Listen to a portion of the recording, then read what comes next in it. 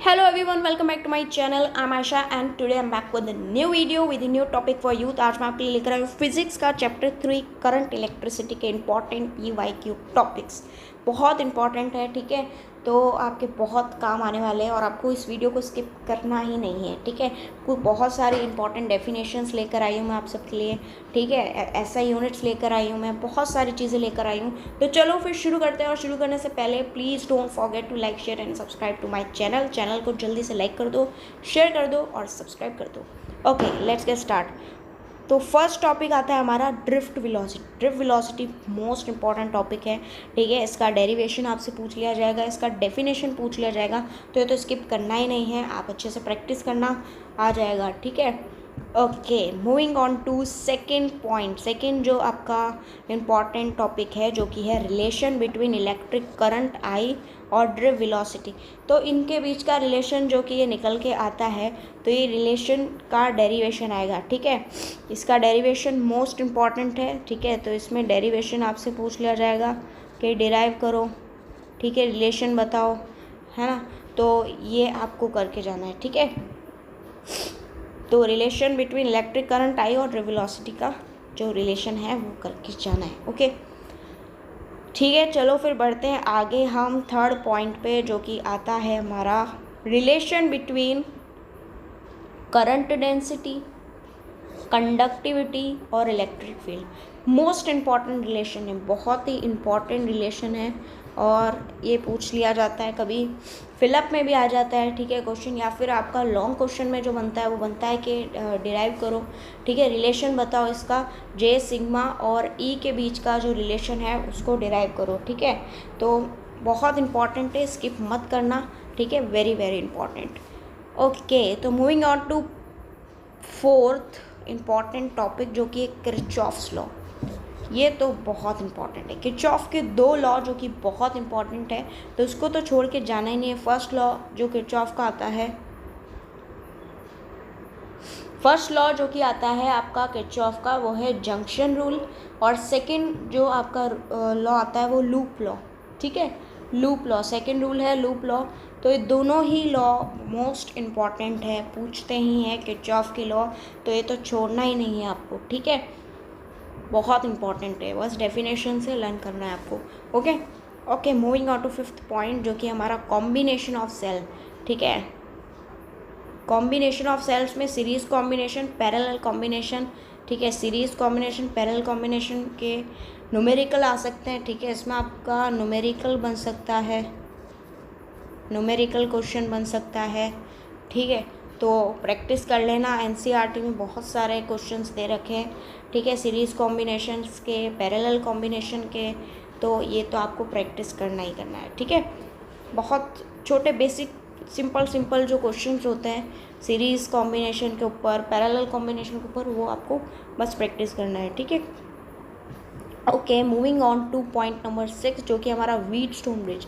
Wheatstone bridge most important है, बहुत important है, वेरी वेरी इंपॉर्टेंट, बहुत इम्पॉर्टेंट है ये, तो ये तो आपको करके ही जाना है, ये छोड़ना नहीं है। इसका प्रिंसिपल आ सकता है, ठीक है, प्रिंसिपल आएगा व्हीटस्टोन ब्रिज का, आपको पूरा ड्रॉ करना पड़ेगा, इसको एक्सप्लेन करना पड़ेगा, फिर जो लास्ट में आता है निकल के वो आपको निकालना है, ठीक है, व्हीटस्टोन ब्रिज के पूरा। तो इसमें आपको क्वेश्चन दे देंगे कि व्हीटस्टोन ब्रिज का प्रिंसिपल शो करो, ठीक है, या फिर एक एक्सप्रेशन निकालो, व्हीटस्टोन ब्रिज की एक्सप्रेशन निकालो, ठीक है। तो व्हीटस्टोन ब्रिज को पूरा ड्रॉ करना पड़ेगा, प्रिंसिपल बताना पड़ेगा, ठीक है, बहुत इंपॉर्टेंट है, तो स्किप करना ही नहीं है, ठीक है। इसका प्रिंसिपल आता है कि explain the principle of Wheatstone bridge, या फिर obtain essential expression for balanced position of Wheatstone bridge, ठीक है। ऐसे क्वेश्चन आ सकते हैं व्हीटस्टोन ब्रिज के ऊपर, और इसमें न्यूमेरिकल क्वेश्चन भी बन सकता है। इसका जो क्वेश्चन है न्यूमेरिकल भी आ सकता है और इसका डेरिवेशन भी आ सकता है। डेरिवेशन मतलब प्रिंसिपल जो है आपका व्हीटस्टोन ब्रिज का जो प्रिंसिपल है, बस वो एक्सप्लेन करने को कह देंगे, या फिर न्यूमेरिकल दे देंगे, व्हीटस्टोन ब्रिज के ऊपर जो न्यूमेरिकल है वो दे देंगे, डेरिवेशन दे देंगे, बहुत इंपॉर्टेंट है, ठीक है, स्किप मत करके जाना। इस चैप्टर में यही इंपॉर्टेंट है, Wheatstone bridge most important topic है। ओके फ्रेंड्स, तो अब हम बात करेंगे कुछ इंपॉर्टेंट डेफिनेशन जो इस चैप्टर में बहुत इंपॉर्टेंट है, ठीक है, आपको करके ही जाना है। बहुत छोटी छोटी डेफिनेशन है, बहुत इजी डेफिनेशन और इम्पॉर्टेंट भी है, ठीक है।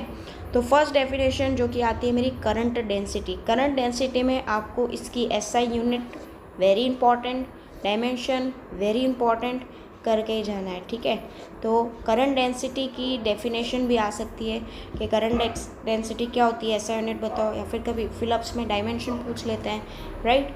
तो ये तो आपको स्किप नहीं करना है। नेक्स्ट आता है मोबिलिटी। मोबिलिटी की डेफिनेशन आ जाती है, ठीक है। मोबिलिटी की डेफिनेशन आती है, बहुत इंपॉर्टेंट है। एक इसकी रिलेशन भी होगा, एक रिलेशन भी होगा, वो भी आप देख लेना, कभी कभी पूछ लिया जाता है, ठीक है।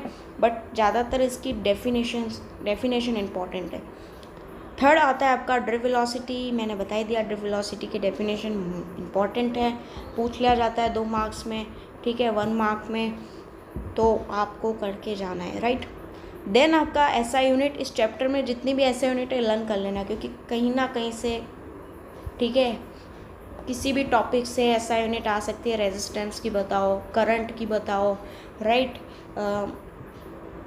तो बहुत इंपॉर्टेंट एसआई यूनिट तो सबकी करनी है। एसआई यूनिट हर चैप्टर में सबकी एसआई यूनिट और डायमेंशन आपको लर्न करनी है, क्योंकि कभी भी कोई भी एसआई यूनिट आपको पूछ लेंगे उठाकर, ठीक है, एग्ज़ाम में कोई भी डायमेंशन पूछ लेंगे, तो ये तो आपको सबकी ही करनी है, राइट। इट्स वेरी इंपॉर्टेंट, ठीक है। तो एसआई यूनिट डायमेंशन सबकी आपको लर्न करनी है।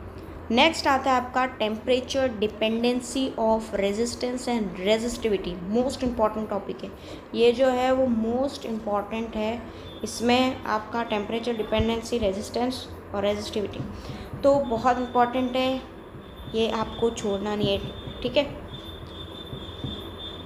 नेक्स्ट आता है आपका cell, EMF and internal resistance. इसमें डेफिनेशन आ सकती है, छोटी मोटी डेफिनेशंस पूछ लेते हैं, या फिर एक कोई रिलेशन भी होगा इसमें, शायद आप देखना यहाँ पे कोई रिलेशन भी होगा, रिलेशन भी वो इम्पॉर्टेंट है, या फिर इसमें डेफिनेशन आ जाएगी इंटरनल रेजिस्टेंस क्या होता है, राइट। तो ये भी आपको देख कर जाना है। नेक्स्ट आता है आपका ग्राफ।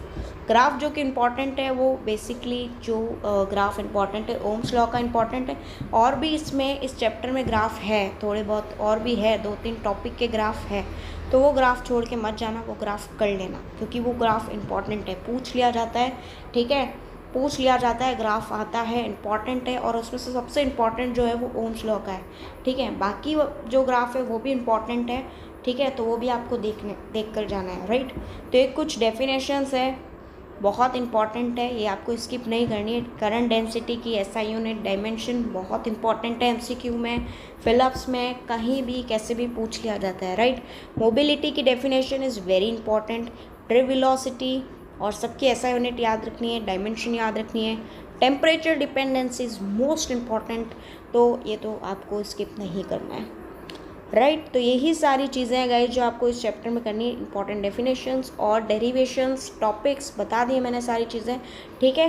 तो यही सारी अगर आप प्रैक्टिस कर लेते हो, आपका जो चैप्टर है वो एकदम परफेक्ट हो जाएगा, ठीक है, परफेक्ट हो जाएगा। और बस अच्छे से करते रहो प्रैक्टिस। और okay, thank you and don't forget to like and subscribe channel. Video अच्छा लगा हो तो वीडियो को प्लीज़ चैनल को लाइक कर दो, शेयर कर दो एंड सब्सक्राइब कर दो, ठीक है। Thank you, bye and don't forget to like and subscribe to my channel.